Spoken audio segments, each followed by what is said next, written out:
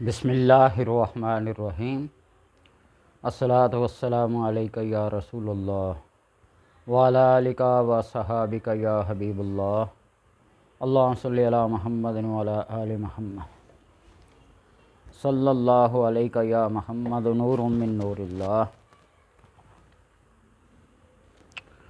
وبالحق انزلناہ وبالحق نزل۔ سورہ بنی اسرائیل کی یہ آیت آپ کے لیے، ہم سب کے لیے ایک نسخہ کیمیا ہے، ایک مجرب اور تجربہ شدہ۔ یہ آیت تمام بیماریوں کے خاتمے کے لیے اکسیر کا حکم رکھتی ہے۔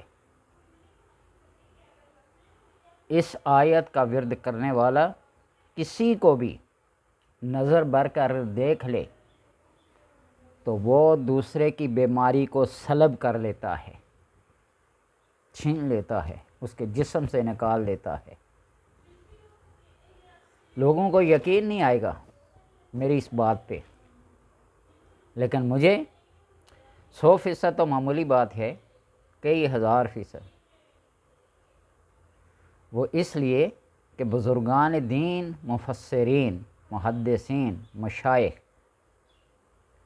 ان سب کا تجربہ ہے اس آیت کو پڑھنے کا، بیماریوں کے سلب کرنے کا، اور بلندیاں اور منزلیں اس سے ملتی ہیں، خدا کا قرب حاصل ہوتا ہے۔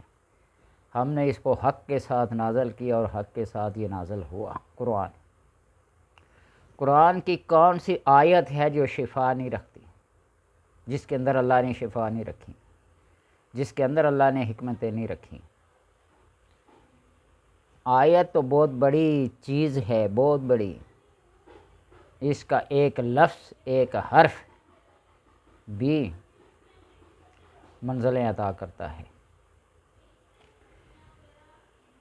میر علی شاہ رحمۃ اللہ تعالیٰ کی سوانح عمری میں جو کتاب ہے میرے منیر، اس میں ایک واقعہ لکھا ہے کہ انڈین CID کا ایک انسپکٹر ان کا عقیدت مند تھا، تو آپ نے اس کو حروف مقطعات میں سے ایک حرف پڑھنے کے لیے دیا۔ وہ 6 مہینے کی ایڈوانس رپورٹ لکھ لیا کرتا تھا۔ لوگ، اس کے کولیگ، اس کے ساتھی، اس کے ڈپارٹمنٹ کے لوگ بڑے حیران تھے۔ اس کی وجہ یہ ہے کہ میں ہر دفعہ یہ بتاتا ہوں کہ اطاعت، بندگی، معرفت، خدا کا قرب، احکامات خداوندی کی پیروی اور احکامات شرعیت کی تابعداری انسان کو ربانی بنا دیتی ہے، اور جب انسان اس مقام ربانیت پر پہنچتا ہے تو اللہ فرماتا ہے نا، اجعلک ربانیا اتانی عبدی اجعلک ربانیا تقول للشیء کن فیکون۔ تو جب کسی چیز کے لیے کہے نا کن، ہو جا، فیکون، وہ ہو جائے گی۔ حضرت جنید بغدادی رحمۃ اللہ تعالی علیہ بیمار ہوئے نا، تو اس دور کا ایک بہت بڑا حکیم تھا جو قارورہ دیکھ کر، قارورہ کہتے ہیں ایک شیشی میں اپنے پیشاب کو بند کر کے، جس طرح آج کل یورین ٹیسٹ کرتے ہیں، اس طرح جی۔ راستے میں ایک بزرگ ملے، وہ بزرگ مشائخ لکھتے ہیں کہ حضرت خضر علیہ السلام تھے۔ وہ انہیں کہنے لگے کہ اپنے شیخ کو جا کر کہیں کہ قرآن کی یہ آیت وَبِالْحَقِّ أَنزَلْنَاهُ وَبِالْحَقِّ نَزَلَ پڑھے، دم کرے پانی پہ اور اسے پی لے، ہماری یہ بیماری ختم ہو جائے گی۔ وہ ان کا مریض، وہ قارورہ چیک کرنے کے بغیر ہی آ گیا اور یہ بتایا۔ شیخ جنید نے ایسے ہی کیا، اللہ تبارک و تعالیٰ نے ان کو شفا بخشی۔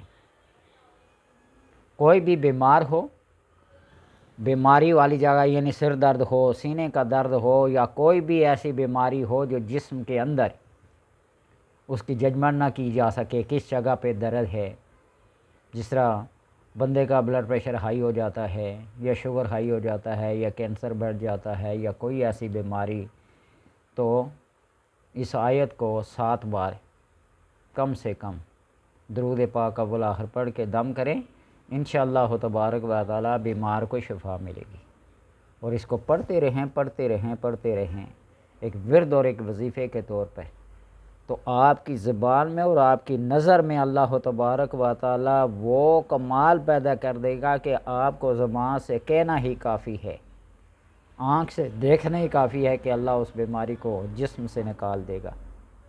تجربہ کر کے دیکھیے۔ میرے پاس ایک کتاب ہے نا، اس میں لکھا ہوا ہے، وہ سورہ انفال کی آیت ہے جس میں آپ صلی اللہ علیہ وسلم کے بارے میں، جب تک آپ اس امت میں ہیں اللہ ان پہ عذاب نازل نہیں کرے گا۔ وَمَا كَانَ اللَّهُ لِيُعَذِّبَهُمْ وَأَنْتَ فِيهِمْ، لِيُعَذِّبَهُمْ، اس شہادت کی انگلی سے سانس روک کر درد والی جگہ پہ 3 بار لکھیں، درد ختم نہ ہوا تو جو چاہے برا بلا کہہ لینا۔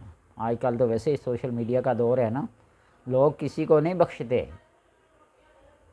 لوگوں کو جب میری کسی بات کی سمجھ نہیں نہ آتی تو وہ کہتے ہیں بس اتنا لمبا چوڑا خطاب ہی کرنا تھا، ورد اور وظیفہ تو بتایا نہیں۔